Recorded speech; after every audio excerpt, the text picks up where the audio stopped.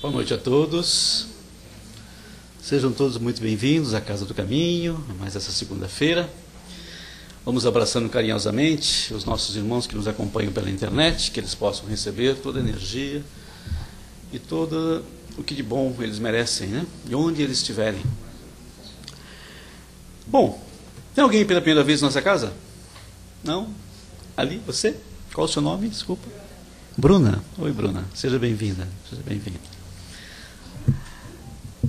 A nossa casa está aberta todos os dias, como vocês veem ali na placa fixada ali no nosso jardim. Tem trabalhos todos os dias de palestra e passes. Só na quarta-feira, que é o horário à tarde, né? Vocês viram lá. No sábado é também à tarde, às 15 horas. E ao domingo, às 10 da manhã. Às 10 da manhã até às 11.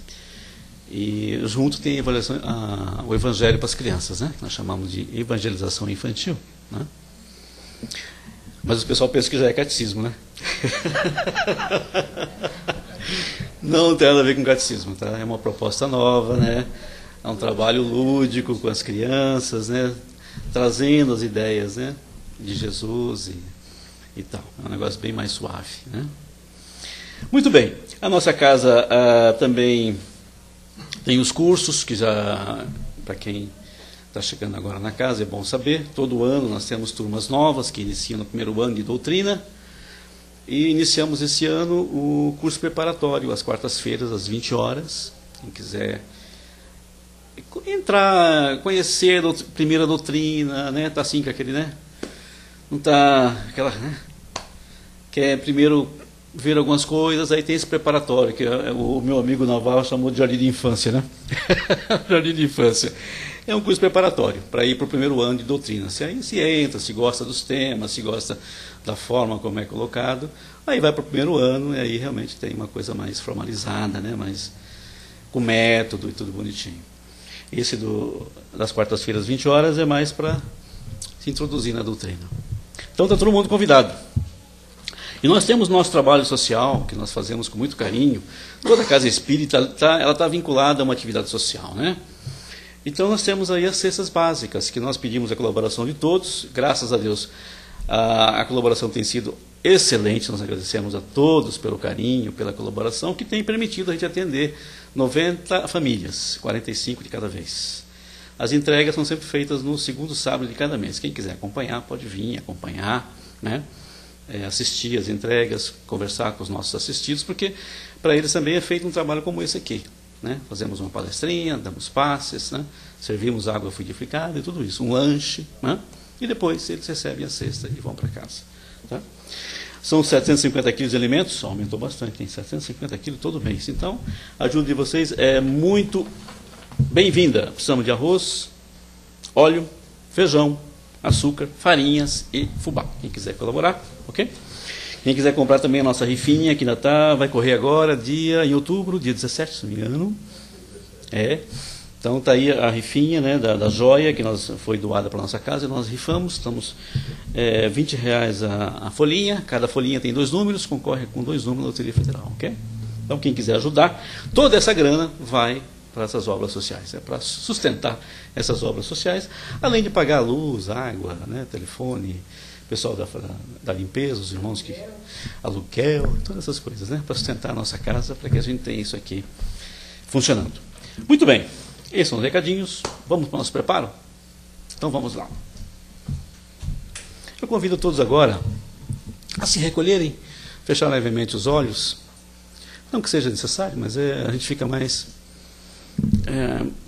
acomodado dentro de nós, né? Fechando os olhos levemente, sem forçar, relaxando o nosso corpo físico, para que possamos receber todo o carinho, toda a energia que os nossos irmãos espirituais já prepararam com antecedência para todos aqueles que vêm até essa casa de caridade.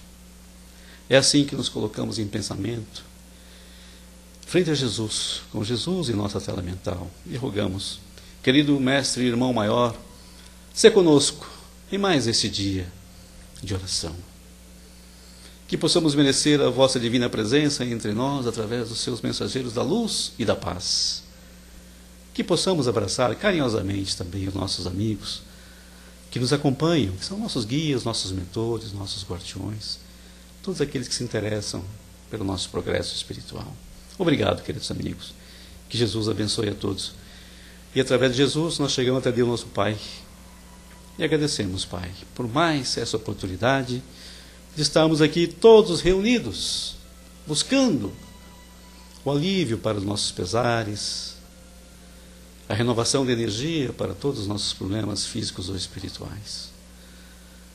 Que as vossas bênçãos sejam conosco, meu Pai, e mais esse trabalho de paz e de amor, hoje e sempre, que assim seja. E assim, tranquilos e serenos, mas calmos, ainda fazendo parte do nosso preparo para os passes, para as energias, nós vamos ouvir a palestra da nossa irmã Leda, que vai nos falar hoje sobre educação, né, Leda? Sobre educação, e é do livro Pensamento e Vida, né? Então vamos envolver a nossa irmã Leda, que ela seja muito feliz na sua explanação. Por favor, Leda. Boa noite a todos, queridos, sejam todos muito bem-vindos, né, à Casa do Caminho. E o nosso tema da noite, educação. Aliás, um tema bem propício ao mês. Hoje é o primeiro dia do mês de outubro. E mês de outubro nós celebramos a educação. Não que seja exclusivamente em outubro, a educação ela se faz presente em todos os momentos, né, do ano da nossa vida. Mas outubro é o mês que se comemora o dia do professor, o dia da criança, então se faz até aquela semana especial de atividades lúdicas na escola para celebrar a educação, a importância que ela tem. A educação sempre foi um desafio, né, querendo entender o que era a educação. Então, num certo povoado, foram buscar um sábio para fazer uma palestra sobre educação. Ele falou, tudo bem, eu faço sim. Então, a plateia assentada ali no auditório, tudo, ele entrou e falou, pode entrar o primeiro personagem. Cumprimentou a todos, pode entrar o primeiro personagem. Entrou um mastim. Mastim é aquele cachorro feroz, grande, né? Entrou de um lado. Ele disse, e agora pode entrar o segundo. E aí, do outro lado, soltaram um coelhinho. E esse cachorro, com uma ferocidade tremenda, ele avançou sobre o coelho, estraçalhou o coelho naquela cena dantesca de sangue no palco, no auditório. Todo mundo ficou estarrecido. Imagina, um sábio, né, falando de educação, tomando uma atitude dessa. Ele falou, pediu que limpasse ali o local, que estava muito sujo. Ele falou, e agora, a segunda parte desse nosso encontro, eu vou pedir a gentileza de vocês me aguardarem por 6 meses para eu poder apresentar a proposta de educação. E assim foi feito. Eles saíram sem entender nada, horrorizados com aquela cena, né, dantesca, né, de violência incrível. Passaram-se 6 meses. A mesma plateia aumentou até, porque um foi falando para o outro, né, sobre se sabe, o comportamento dele, o que ele fez. E ele, dali 6 meses, aquela plateia duplicada, pessoas de pé, tudo. Novamente ele entra, cumprimenta a todos, e nós vamos ter a segunda parte da nossa aula, né? Da nossa palestra sobre educação. Novamente ele pediu que o auxiliar soltasse o mastim, aquele cachorro feroz enorme. Todo mundo prendeu a respiração, ficou esperando o que vem por aí. E aí ele entrou, sentou no meio do palco, ficou tranquilo, sem agitação nenhuma. Aí ele pediu para o outro auxiliar que soltasse de novo o coelhinho. E soltou o coelho, o coelho saiu correndo, circundou em volta do cachorro, se encostou no cachorro, no mastim, aquele cachorro feroz, ele sentado, comportado, tranquilo. Todo mundo, o que aconteceu 6 meses? Aí ele disse, é o mesmo animal de 6 meses atrás. Só que ele foi educado. Encerrou a palestra. Foi isso. assim somos nós. Não precisa de muitas palavras, né, para a gente entender a importância da educação em nossas vidas. Aliás, a importância é tão grande que ela é o principal motivo da nossa reencarnação, é nos educarmos, melhorarmos e progredirmos, né? Então, educar quer dizer instruir, lapidar, quando vamos buscar o significado dele. Então, hoje, nessa nossa sociedade moderna, uma sociedade de consumismo, que ele se faz muito presente, o consumismo hoje, nos nossos dias, né? Então, muitas vezes nós invertemos esses valores ético-morais. Então, achamos que é muito mais importante ter do que ser. Então, é o tal de dar. Eu vou dar coisas porque eu não posso dar minha presença, eu não posso dar minha atenção, então eu dou coisas. Para as crianças, para companheiros, enfim, num relacionamento. E quantas vezes a gente ouve de um pai falar, eu vou deixar para o meu filho, nem vou deixar herança material, eu vou deixar um diploma, que o diploma é a melhor coisa que eu posso dar para o meu filho. Será que é só isso que é a melhor coisa? Então a gente vai discorrer e depois nós vamos voltar nessa pergunta. Será que já cumpriu a missão quando deixou o filho com o diploma? Muito bem. Platão é discípulo de Sócrates, lá de 500 anos, Platão de 400 antes de Jesus, antes de Cristo. Ele dizia que a educação era dar ao corpo e à alma toda a beleza e perfeição de que eram capazes. Porque existem corpos que não é possível toda a beleza. E almas também, que também não é possível toda a perfeição. Mas tudo de que é capaz, aquele corpo e aquela alma. Então ele já fazia esse desdobramento de corpo e alma para a educação, lá atrás. Mas aí, quando você vai buscar na enciclopédia, ela diz assim, que a educação é uma transmissão de valores e conhecimentos acumulados de uma sociedade. E é verdade. A gente vê, por exemplo, as descobertas científicas. Elas vão sendo acumuladas de uma geração para outra. Hoje nós temos tanta informação, tanta tecnologia, e ela vai ser acumulada e vai nos sendo dada. Lá atrás, numa sociedade primitiva, nós não tínhamos informações que temos hoje, né? Aliás, com toda a tecnologia na palma da mão, que nos educa e muitas vezes nos deseduca também, né? É bem por aí. Então, a sociedade primitiva, como que ela imaginava a educação?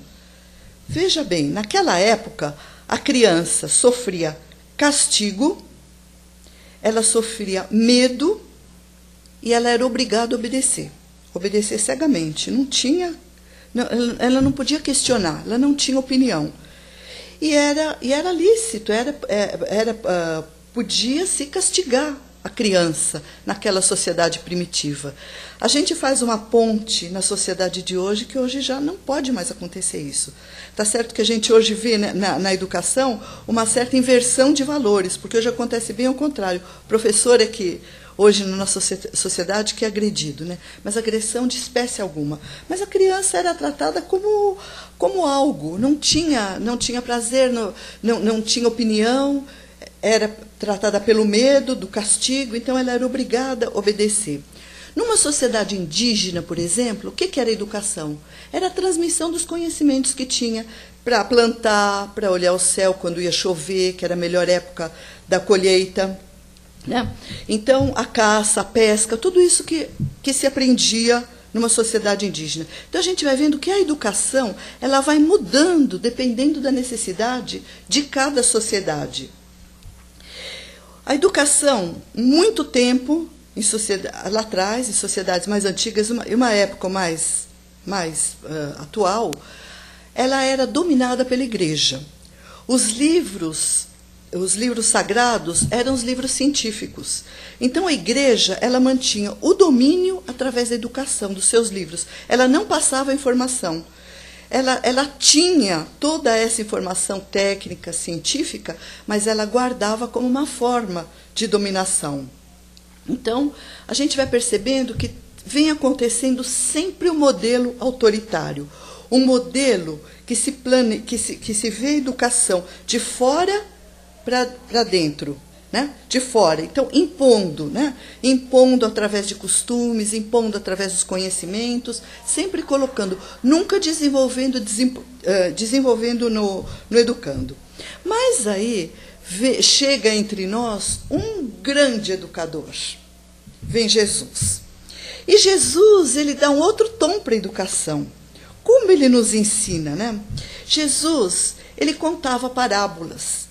Então ele falava através de história, ele não castigava.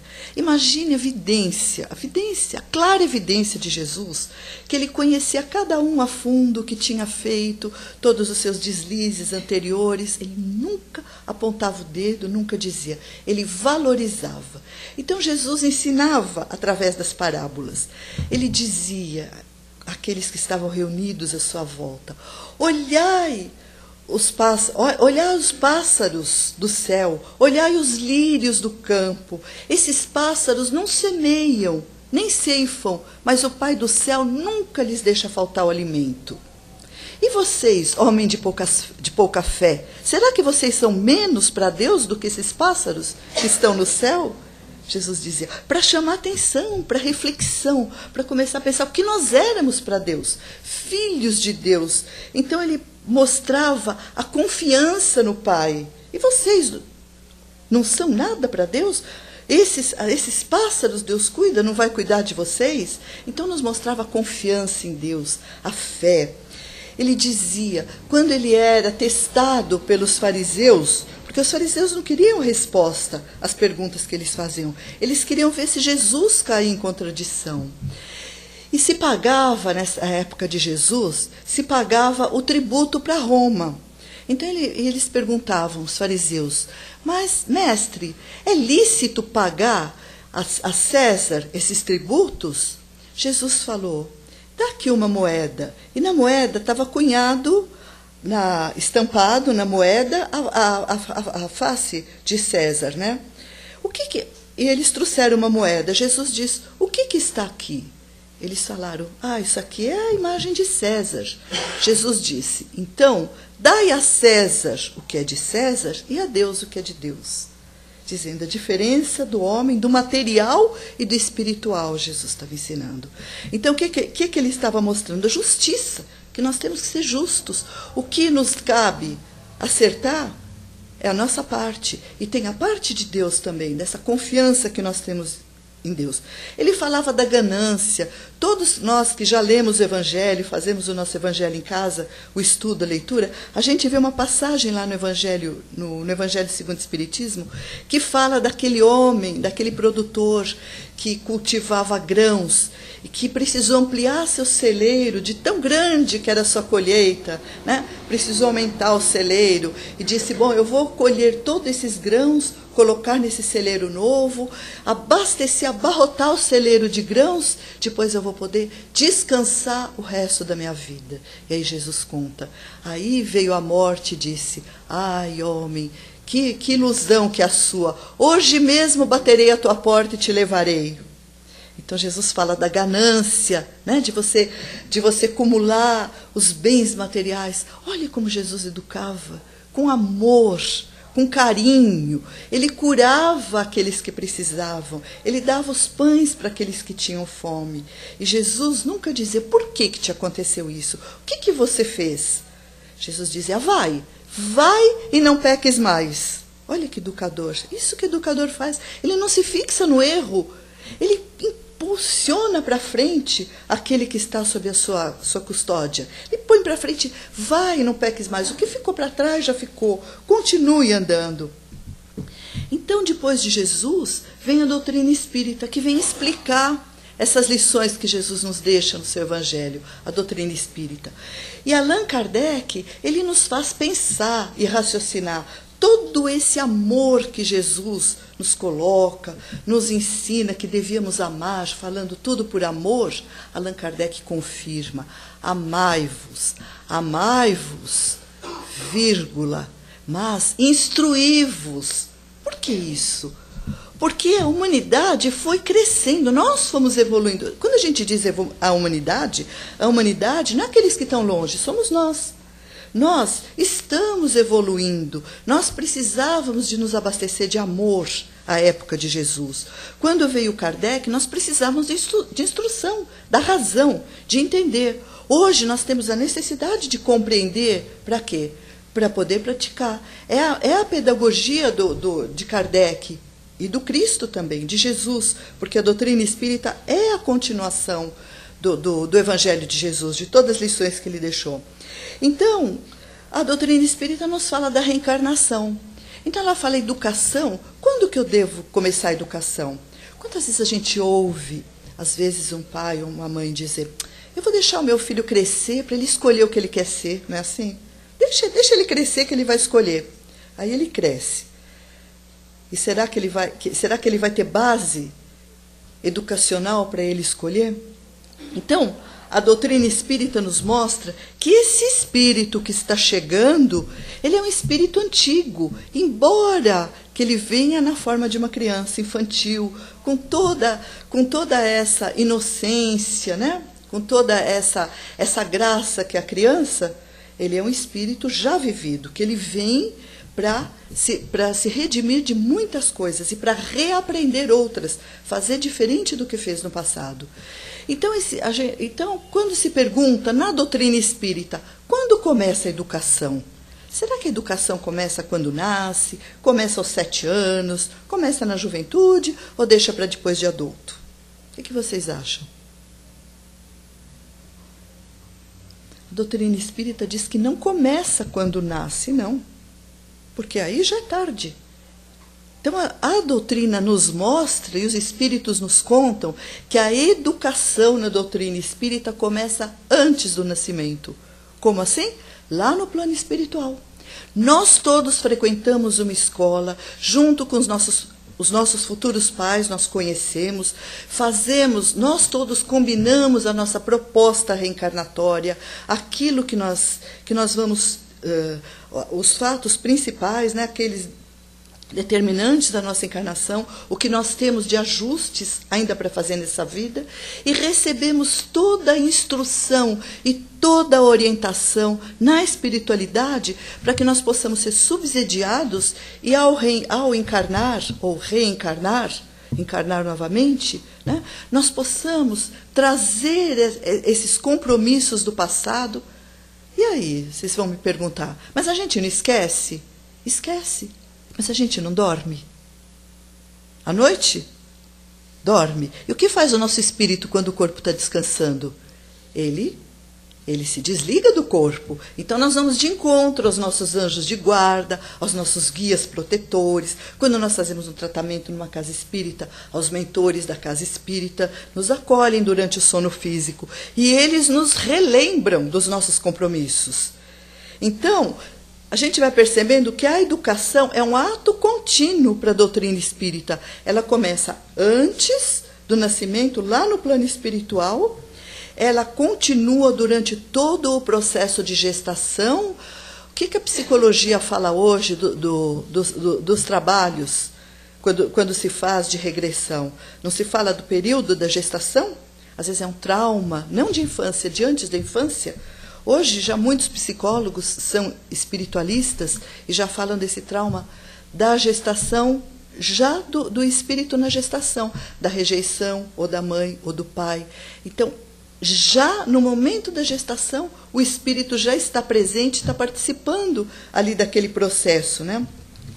E a infância, os espíritos nos contam que até os 7 anos, o espírito reencarnado, porque tem uma das questões no Livro dos Espíritos que Allan Kardec propõe para ser estudado, que ele fala: qual é para o espírito a utilidade de passar pela infância?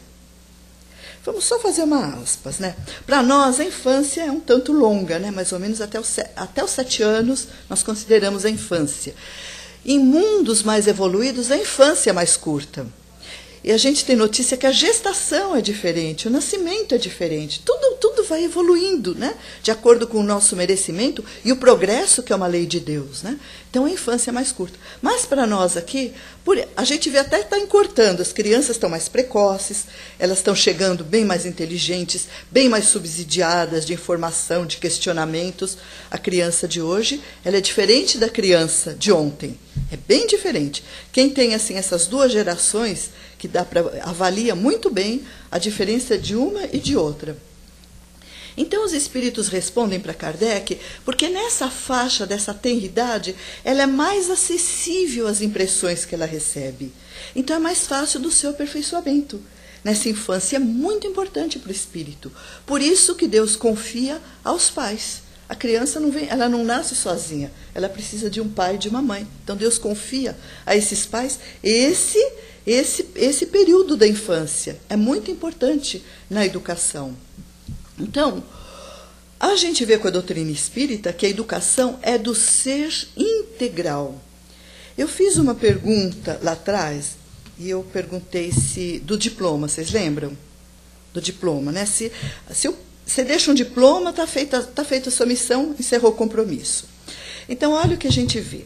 A educação, como esse ser integral que a doutrina espírita propõe, a educação, ela não é só a inteligência, só você desenvolver a inteligência. A gente pensa, nossa, é ser muito inteligente, é decorar as coisas, ter um bom raciocínio, é ser esperto, saber as lições. Também. A inteligência racional é uma parte dela. A matemática, a linguística, toda essa parte operacional, ela faz parte da inteligência racional.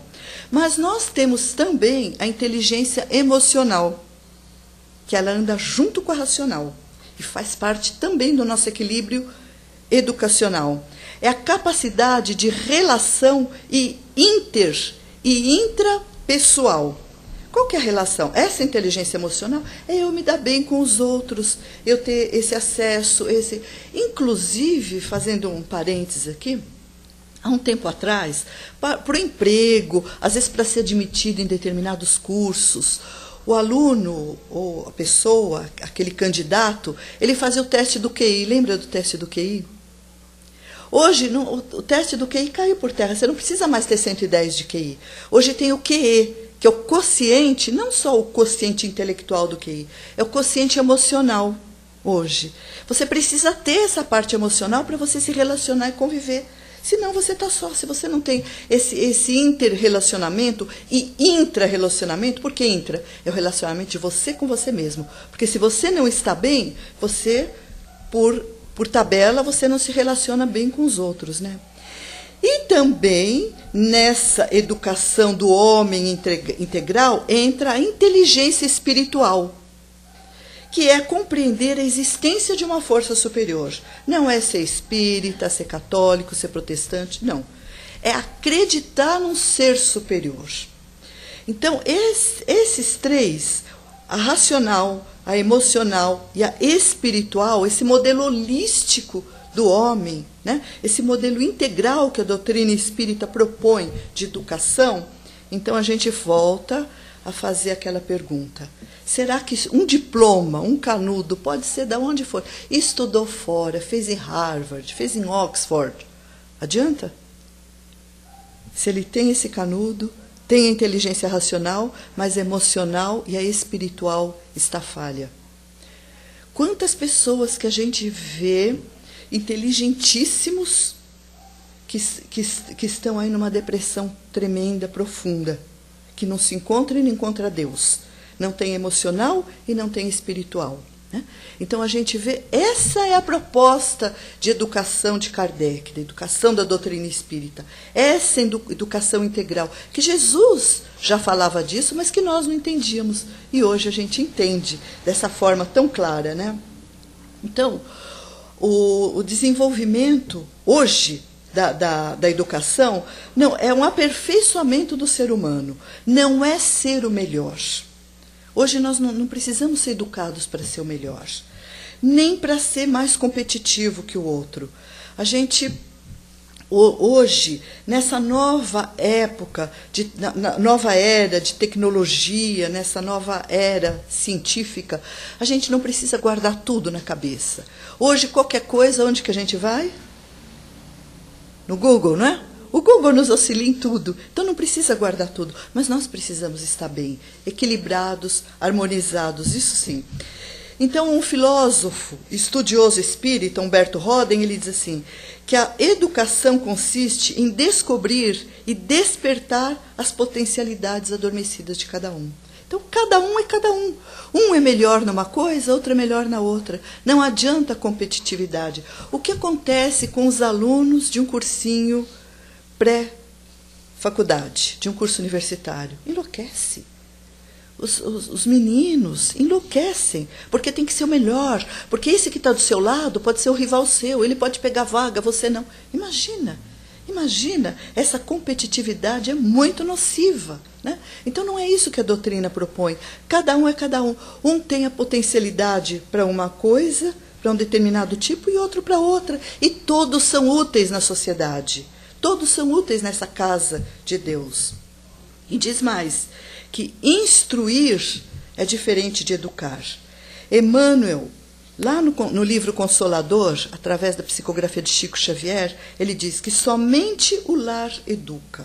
A educação integral, essa educação que nós estamos falando, emocional e espiritual, é do lar, é da segurança que eles têm em casa. E a escola cabe o papel de instruir, não educar, educar os pais e o lar. E a escola instruir. Então, o exemplo, ele não é a melhor forma de educar. Todo mundo diz, nossa, exemplo não é a melhor forma? Não, não é a melhor. É a única. Exclui as outras, só tem essa forma de educar só pelo exemplo. Então, ela não é melhor, é só essa que se educa. Então, a educação, ela é um projeto, a gente vai percebendo que ela é um projeto pedagógico, que esse projeto já começa antes do nascimento e continua. Então a gente fala, bom, então quer dizer que encerrou, a vida adulta encerrou a educação, não.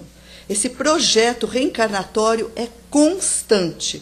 Não importa a idade cronológica que nós tenhamos, sempre temos alguma coisa para aprender. Sempre.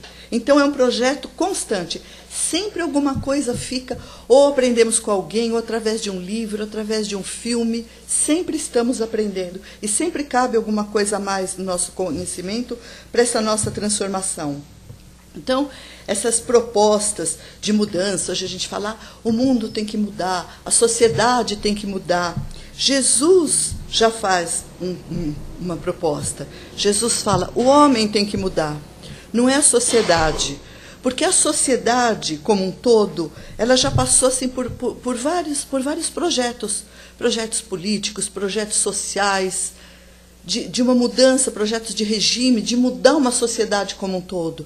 Será que a gente consegue mudar um todo? É muito difícil. A gente muda o homem. Então, os homens fazem parte de uma sociedade. Essa é a proposta de Jesus. A mudança de cada um de nós, né? Não desistir de nós.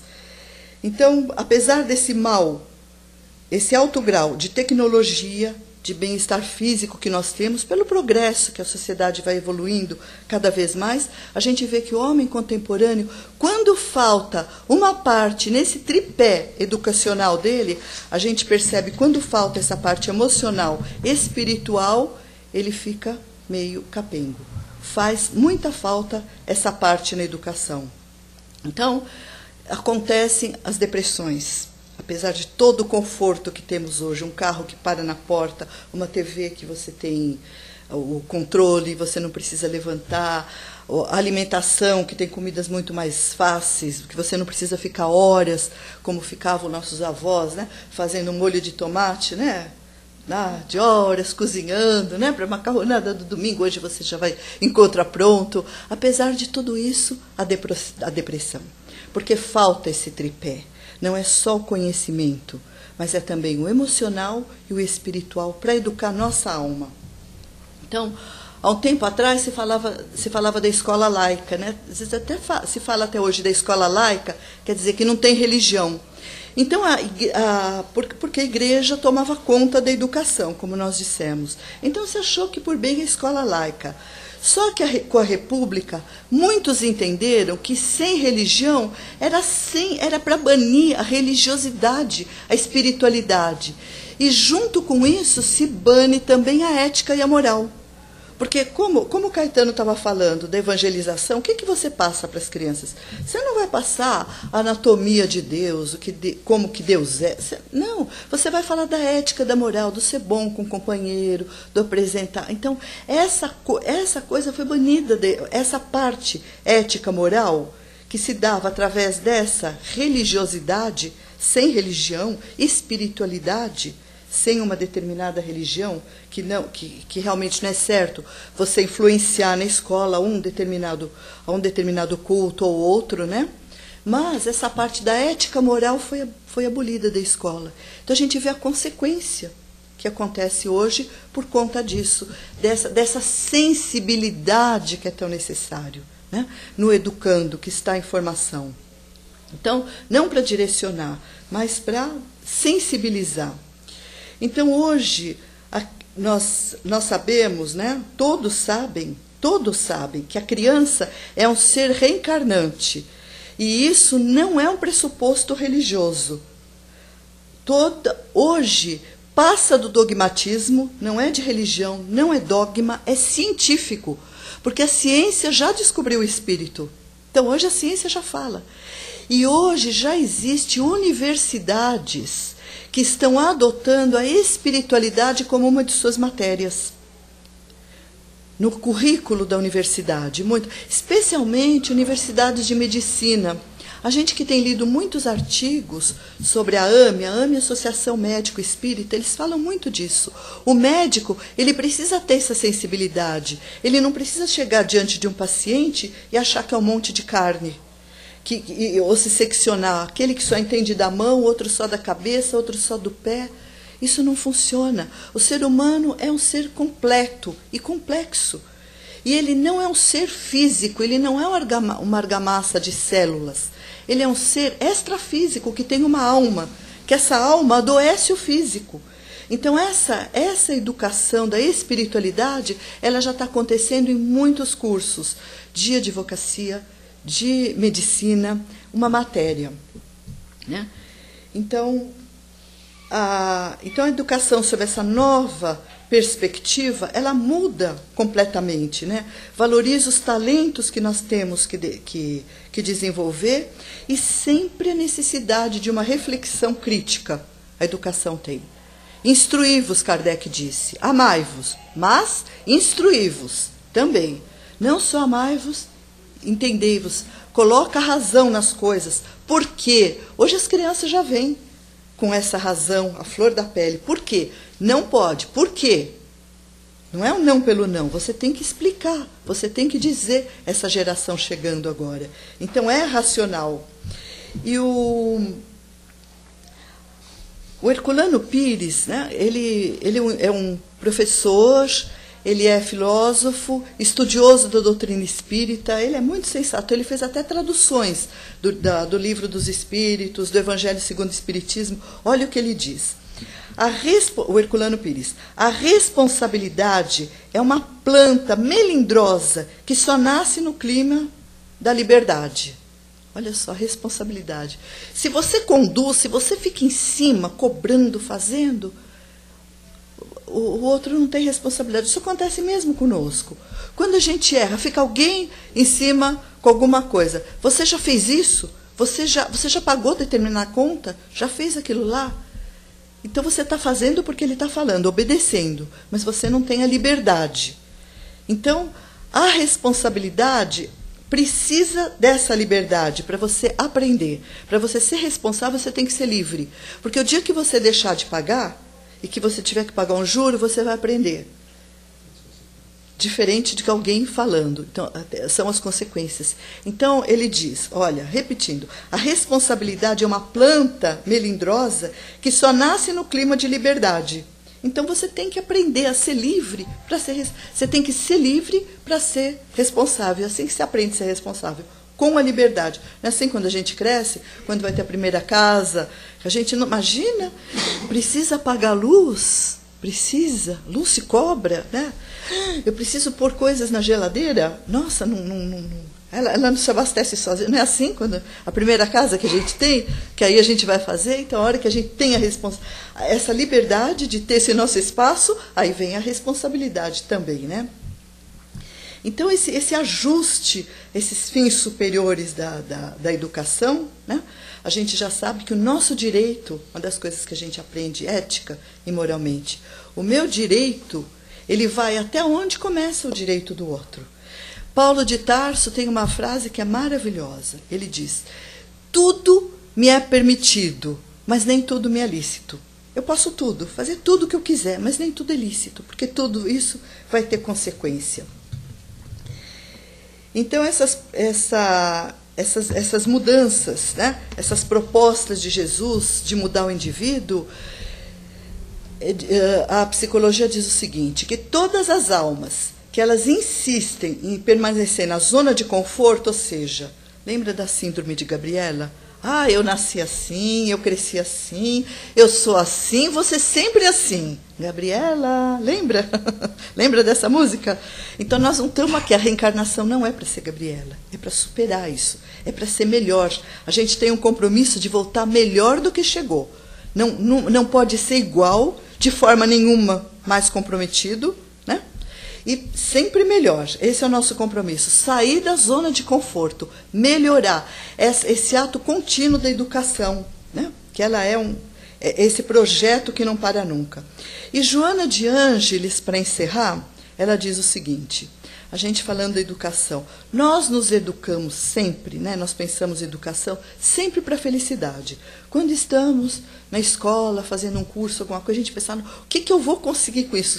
Como que eu vou ser feliz com isso que eu estou fazendo? Então, Joana de Ângeles diz, o sentido da vida centra-se na busca da felicidade.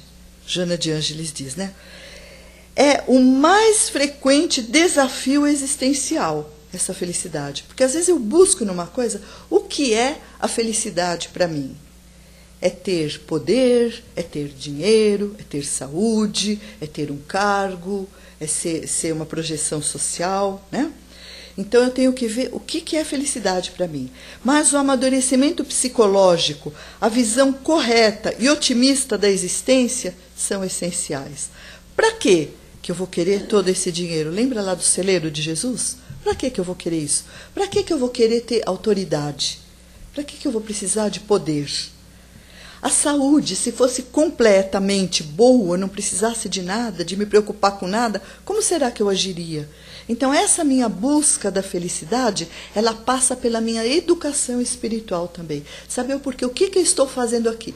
Buscando o quê? Mas ter sempre esse ser, essa dimensão desse ser, que ele não é um ser encarnado, é um ser divino, é esse homem que caminha, não somente, ele não para na morte, o espírito caminha depois da morte, então ele tem essa dimensão divina, é o ser com essa dimensão divina. Por isso que Jesus nos aconselha nesse texto, brilhe a vossa luz, brilhe, e a nossa luz só pode brilhar como uma luz brilha, não quando ela está opaca, né? Ela precisa de luminosidade para brilhar. E essa luminosidade para brilhar nossa luz é tirando as vendas dos nossos olhos, através do conhecimento e da educação. Que Jesus nos abençoe.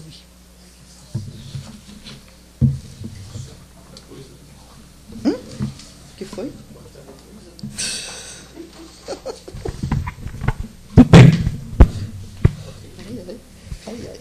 Bacana, quanta coisa, né, gente? Pra gente meditar, não é isso? Coisa nova, algumas coisas a gente já sabia, algumas coisas a gente pensar, né? Tem a muita gente coisa repensa. pra pensar, né? Agora é aquele momento em que a gente abre para alguém fazer alguma questão, ou acrescentar a lida. Não é debate, tá, gente? Não estamos aqui para disputar nada. É aquela coisa do poder. Não estamos disputando nada, nós estamos aprendendo junto. Alguém, se quiser acrescentar, alguém fazer algum comentário, ou fazer alguma pergunta, tá? Fica à vontade, tá bom? Jurandir. Longe, viu, Jurandir? Você pode ficar bravo. Se fosse morto. Ele subia, viu? Intimida. Tem que respirar, ele já grita. Viu, Leda? Eu estava me lembrando sobre aquele livro do Ian, né, em inglês. Nossos filhos são espíritos. Então, todos aqueles exemplos que contam daquelas crianças, das lembranças que foram comprovados. Que falam, né? Casos mil, e tantos casos foi comprovado pela ciência mesmo. Sim, a ciência, né? As reencarnações passadas, que as crianças lembravam quem eram os pais. Nós temos aqui, já li umas 2 vezes aquele livro. E é pesquisa científica, né? Pesquisa científica com antropólogo, que vai até o lugar, pega os registros de nascimento com pesquisas, tudo. Então, hoje está comprovado, né? Famosos, hoje está comprovado. Adam Bach, né? Esse currículo que eu falei de espiritualidade não é só aqui no Brasil, nos Estados Unidos também já tem esse currículo, principalmente lá, principalmente lá, de espiritualidade, né, nas universidades. E da infância também nos planetas, nos mundos superiores, né? A infância mais... Junto é 6 meses. De infância. Os espíritos já estão desenvolvidos. Né? E esses espíritos chegando aqui? A gente não precisa nem para Júpiter, olha aqui na Terra. Faz uma avaliação de espíritos em décadas atrás e agora. Né? Que progresso, que facilidade que eles têm, que rapidez. Já nasce. Eu passei quase um mês assim, numa UTI. E vi numa UTI neonatal, né? Deixa eu explicar, quando nasceu minha netinha, né? E fiquei ali e vi as crianças nascendo. Gente, eu fiquei assim de boca aberta. Eles nascem sustentando a cabeça, de olhos abertos, olhando para o som. Isso eu vi, porque eles saíam da sala de parto e trazia, que eu passei lá, que a minha netinha nasceu prematura e precisou ficar lá o tempo. E nasciam assim. As crianças saindo das... Gente, não é com meses. Não é dizer que eu estava numa sala de pediatra que estavam levando para consulta. Era neonatal. Saía da sala de parto sustentando a cabeça e olhando. E olhando onde que se falava. As enfermeiras falavam, mexia a cabeça. Então, o que é isso? É progresso, minha gente. Não é só o celular, não. Em todo o progresso é geral. Se a gente observar em vários segmentos, né, acontece... É a nova geração, conforme fosse falar na Gênese. Já está na Gênese, a nova geração. Elas estão aí. Muito bem, já estão aí, né? Já estão aí. Não vão chegar, já Os pais estão arrepiados, né? Hã? E os pais cada vez mais arrepiados, né? Com medo das crianças. E aí entra o comportamento, aí entra tudo. Até para atravessar a rua. O sinal, não, ainda não pode. Não está... Mamãe, a faixa. A faixa. As pequenas coisas, né? Papai, não atenda o celular quando estiver dirigindo, né? É isso aí, bacana. Alguém mais? E gostoso, né, de poder conversar assim, né? Isso que é gostoso, esse é aprendizado também para nós. Né? O espírito também tem que aprender com alegria, né? Sim, é só alegria. A lei de Deus é tudo alegria. Muito bem, então, Lidinha, não tendo mais questões. Então, boa noite, queridos. Muito obrigado, com Deus, Linda. tá? Muito obrigado pela palestra maravilhosa e esclarecedora. Obrigada.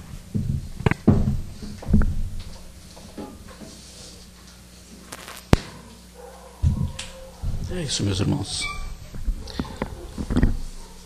Esse nosso curso de aprendizado que nós estamos aprendendo, né? Então, todo dia, toda hora é hora de aprender, né? Para aquele que tem olhos de ouvir, né? Que tem olhos de ver, que tem ouvidos de ouvir, em todo momento é o momento.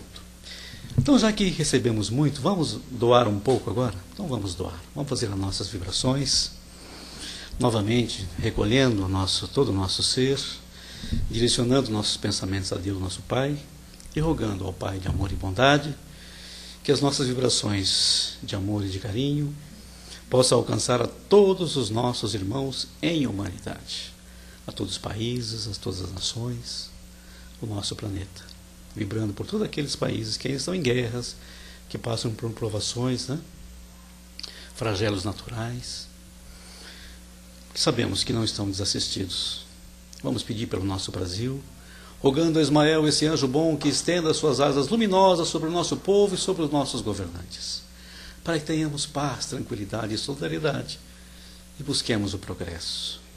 Vamos pedir e vibrar para os nossos irmãos que passam por provas e expiações, onde quer que estejam, meus irmãos, recebam todo o amparo, todo o carinho e a assistência dos prepostos de Jesus. Vamos vibrar pelos nossos inimigos, pedir por aqueles que nos perseguem, que não nos querem bem, para que um dia, Pai, tenhamos a oportunidade de nos entendermos como irmãos que somos. Pedir e vibrar pelos inimigos da paz, pelos inimigos do Evangelho. Um dia também eles despertarão. Vamos vibrar intensamente por aqueles nossos irmãos que ainda se demoram na crosta, embora desencarnados, que estão nos umbrais, nos vales de sofrimento, né? Porque sabemos que ninguém está abandonado. E a luz do Pai se faz presente para que eles despertem. E assim vamos pedir também pelos nossos amigos, pelos nossos parentes, aqueles mais próximos, mais distantes, levando paz e harmonia nos seus lares. E aproveitando, vamos pedir paz para o nosso lar. Vamos até o nosso lar em pensamento, levando Jesus, iluminando todos os cômodos da nossa casa, tirando todos os miasmas, restabelecendo a harmonia. Obrigado, Pai. Obrigado, Jesus. Vamos vibrar pela confraternização religiosa. Sejamos um só rebanho, tenhamos um só pastor, o nosso querido e meigo, Jesus de Nazaré. Graças a Deus, meu Pai. E assim, com alegria no coração, que nós vamos pedir licença ao plano maior para encerrarmos essa parte dos nossos trabalhos, agradecidos que somos a todos aqueles que estiveram conosco. Agradecidos a Jesus, o nosso Mestre, a Maria, nossa Mãe, e ao Pai de amor e bondade que nos permitiu esses momentos de aprendizado e reflexão. Obrigado, Pai, e que essas oportunidades sejam renovadas por muito, muito mais tempo. Que assim seja, graças a Deus, meu Pai. E agora, já devidamente preparados, nós vamos tomar a nossa chuva energética, né? Vamos receber